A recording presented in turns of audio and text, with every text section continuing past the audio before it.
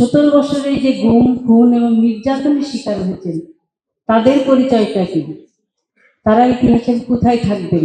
শুধু জুলাই তো শুধু একদিনের আন্দোলন ছিল না, সেটাই 17 বছরেরই ফলাফল ছিল। ইলিয়াস আলী গুম হন 2012 সালের 17 এপ্রিল। তার 15 দিন আগে তারই অত্যন্ত ঘনিষ্ঠ ইফতেখার আহমেদ দিনারকে গুম করা হয়।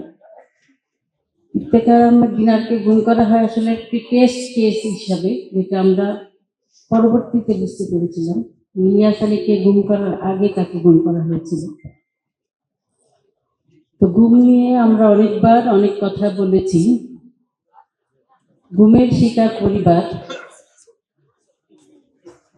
শুধুমাত্র তাদের যে পরিবারের অভিভাবককে হারিয়েছে সেটা নয়, গুমের পর এইসব পরিবারগুলো কি পরিস্থিতির মধ্যে দিয়ে গেছে। একদিকে তাদের পরিবার নিখোঁজ, তারা তাদেরকে খোঁজার চেষ্টা করছে অপ্রাণ, অভিভাবক শূন্য একটি পরিবার, এবং সামাজিক যে তাদের উপর যে একটি সামাজিকভাবে একটি অত্যাচারী বলা যায়, নির্যাতন, তাদেরকে বিভিন্ন হুমকি ধামকি তাদেরকে দেওয়া হয়েছে, পরিবারকে তাদেরকে সামাজিকভাবে হেয় প্রতিপন্ন করা হয়েছে। কোকো ও শিয়া বাটারের ইউনিক কম্বিনেশনে তৈরি Natura expert care body lotion স্কিনের ড্যামেজ হিল করে, ত্বক রাখে সফট ও ময়শ্চারাইজ। লুকিয়ে আর কতদিন, বাই বাই ড্যামেজ স্কিন। যেমন আমার বাচ্চা ছোট ছিল যখন, মেয়ে স্কুলে পড়তো, যখন সে স্কুলে যেত এই বিষয়গুলো তাকে তার সহপাঠী এবং অন্যান্য যারা তারা জিজ্ঞাসা করত। আস্তে আস্তে যখন এই বিষয়গুলো সে মানসিকভাবে দুর্বল হয়ে যাচ্ছিল, এ কারণে আমার তাকে স্কুল পরিবর্তন করতে হয়েছিল।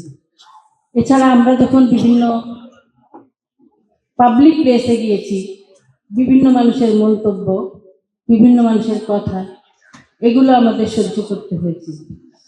উপরন্তু এই সমস্ত গুম পরিবারের সদস্যরা আর্থিক জটিলতার মধ্যে দিয়েও তাদের জীবন অতিবাহিত করেছে। সুতরাং আজকে আমি যেটা বলতে চাই যে আগামী দিনে যদি বিএনপি সরকার গঠন করে, ইনশাল্লাহ জুলাই যারা নিহত হয়েছেন তারা জুলাই শহীদ হিসাবে ইতিহাসে আছেন, যারা জুলাই আহত হয়েছেন তারা জুলাই যোদ্ধা হিসাবে আছেন। কিন্তু 17 বছরে যে গুম খুন এবং নির্যাতনের শিকার হয়েছেন তাদের পরিচয়টা কি? তারা ইতিহাসের কোথায় থাকবেন? সেই জায়গাটা, এই যে জুলাই তো শুধু একদিনের আন্দোলন ছিল না, সেটাই 17 বছরেরই ফলাফল ছিল। আমরা যেখানে যাই মানুষ আমাদেরকে গুম পরিবার বলে। গুম আমাদের পরিচয়টা হয়ে গেছিল যে আমরা গুম পরিবার। তো এই বিষয়টা বিবেচনার জন্য অনুরোধ রাখছি।